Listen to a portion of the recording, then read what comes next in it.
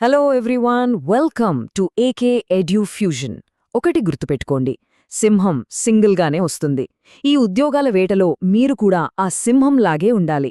మీ కష్టానికి సరైన ఫలితాన్నిచ్చే ఒక అద్భుతమైన అవకాశం ఇప్పుడు మీ ముందుంది. ఇండియన్ పోస్టల్ డిపార్ట్మెంట్లో ఒక ప్రభుత్వ ఉద్యోగాన్ని ఎలా సాధించాలో ఈరోజు మనం క్లియర్ కట్గా విశ్లేషిద్దాం. ఈ మాట మీ గుండెల్లో కాదు, మీ బ్రెయిన్లో ప్రింట్ అయిపోవాలి. నిరుద్యోగం అనే బానిస సంకెళ్లను తెంచుకుని ఒక గవర్నమెంట్ ఆఫీసర్గా సమాజంలో కాలర్ ఎగరేసుకుని తిరిగే టైమొచ్చేసింది. ఆ పట్టుదలతోనే ఈ విశ్లేషణను చివరి సెకండ్ వరకు చూడండి. ఇది జస్ట్ ఒక నంబర్ కాదు, 28,740 కుటుంబాల భవిష్యత్తు. ఇండియా పోస్ట్ జీడీఎస్ 2026 రిక్రూట్మెంట్లో అంచనాల ప్రకారం ఇన్ని వేల పోస్టులను భర్తీ చేయబోతున్నారు. అంటే ఇది నిరుద్యోగులకు ఒక పండగలాంటి వార్త. గుర్తుపెట్టుకోండి, ఈ భారీ సంఖ్యలో మీకోసం ఒక పోస్ట్ రిజర్వ్ అయ్యుంది. దాన్ని దక్కించుకోవాల్సింది మీరే.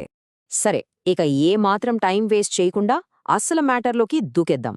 ఈరోజు మనం ఈ 5 పాయింట్ల గురించి డీటెయిల్డ్గా తెలుసుకుందాం.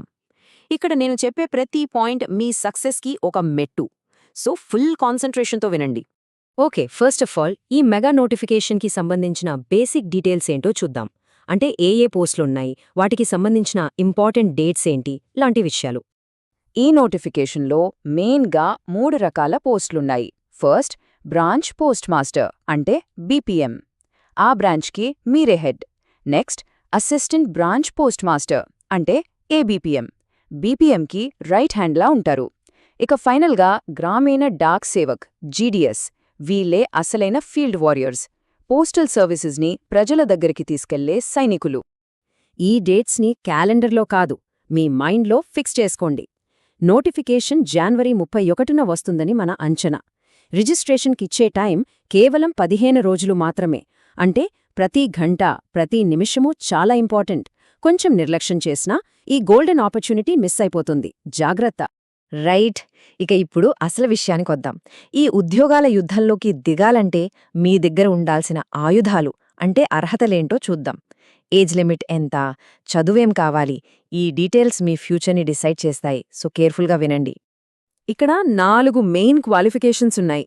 1, మీ వయసు 18 నుండి 40 ఏళ్ల మధ్య ఉండాలి. 2, 10th క్లాస్ పాస్ అవ్వాలి, అందులో మ్యాథ్స్, ఇంగ్లీష్ కంపల్సరీ సబ్జెక్టులుగా ఉండాలి. 3, మీరు ఏ స్టేట్లో అప్లై చేస్తున్నారో ఆ లోకల్ లాంగ్వేజ్ 10th వరకు చదివే ఉండాలి. ఇక 4ది, సైకిల్ తొక్కడం వచ్చి ఉండాలి. అలాగే బేసిక్ కంప్యూటర్ నాలెడ్జ్ తప్పనిసరి. ఇక్కడ ఒక సూపర్ విషయం ఏంటంటే, ఏజ్ లిమిట్ విషయంలో కొన్ని కేటగిరీల వారికి రిలాక్సేషన్ ఇచ్చారు. ఎస్సీ/ఎస్టీ అభ్యర్థులకు 5 ఏళ్లు, ఓబీసీ వారికి 3 ఏళ్లు. ఇక దివ్యాంగులకైతే వాళ్ల కేటగిరీని బట్టి 10 నుంచి 15 ఏళ్ల వరకు సడలింపుంటుంది. అంటే ఏజ్ బారైపోయిందని బాధపడే చాలామందికి ఇది ఒక వరంలాంటిది. రైట్, ఇప్పుడు మనం ఈ మొత్తం ఎపిసోడ్లోనే మోస్ట్ ఇంపార్టెంట్ సెక్షన్కి, ఒక బ్రహ్మాస్త్రం లాంటి విషయానికి వచ్చేశాం.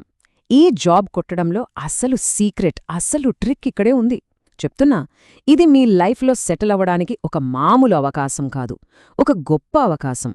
అస్సలు వదులుకోవద్దు. ఎగ్జామ్ లేకుండానే సెంట్రల్ గవర్నమెంట్ జాబా? అదెలా సాధ్యం? ఇదే కదా మీ డౌటు? వినడానికి ఆశ్చర్యంగా ఉన్నా ఇది నిజం. సమాధానం ఇదే, ఎస్. ఈ ఉద్యోగానికి ఎలాంటి రాత పరీక్ష లేదు, పైగా ఇంటర్వ్యూ కూడా లేదు. కేవలం మీ 10th క్లాస్ మార్కులే మీ తలరాతను మారుస్తాయి. మీ మెరిటే మీకు జాబ్ తెచ్చిపెడుతుంది. చూడండి, ఇక్కడున్న అసలు ట్రిక్ ఇదే.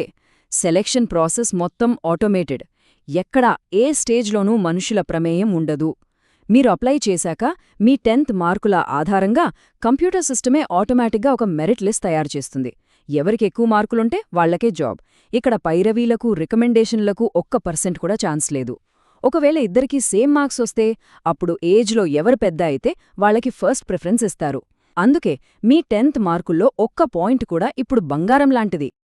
ఓకే, జాబ్ వచ్చేసింది, చాలా సంతోషం. కానీ ఆ ఉద్యోగంలో మనం చేయాల్సిన పనేంటి, మన కష్టానికి జీతం ఎంతొస్తుంది, ఈ విషయాలు కూడా క్లియర్గా తెలుసుకుందాం రండి. ఇక శాలరీ విషయానికొస్తే, దీన్ని టైం రిలేటెడ్ కంటిన్యూటీ అలవెన్స్ లేదా టీఆర్సీఏ అంటారు. బ్రాంచ్ పోస్ట్ మాస్టర్కి స్టార్టింగ్ నెలకు 12,000 నుంచి అసిస్టెంట్ బ్రాంచ్ పోస్ట్ మాస్టర్ లేదా డాక్ సేవక్కి 10,000 నుంచి మొదలవుతుంది. అయితే ఇది స్టార్టింగ్ మాత్రమే.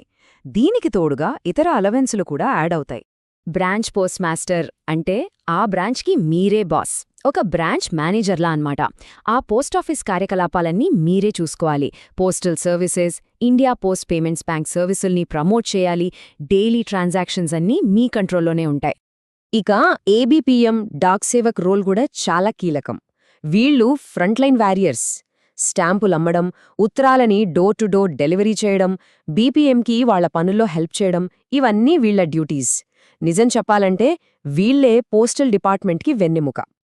ఇక ఫైనల్గా మోస్ట్ ఇంపార్టెంట్ స్టెప్, ఈ ఉద్యోగానికి ఎలా అప్లై చేయాలి? ప్రాసెస్ చాలా సింపుల్, కానీ అంతే జాగ్రత్తగా చేయాలి. గుర్తుంచుకోండి, మీరు వేసే ఈ ఒక్క అడుగే మీ జీవితాన్ని మార్చబోతోంది. ఈ 5 సింపుల్ స్టెప్స్ని ఫాలో అవ్వండి చాలు. ముందుగా అఫీషియల్ వెబ్సైట్కి వెళ్లి రిజిస్ట్రేషన్ చేసుకోవాలి.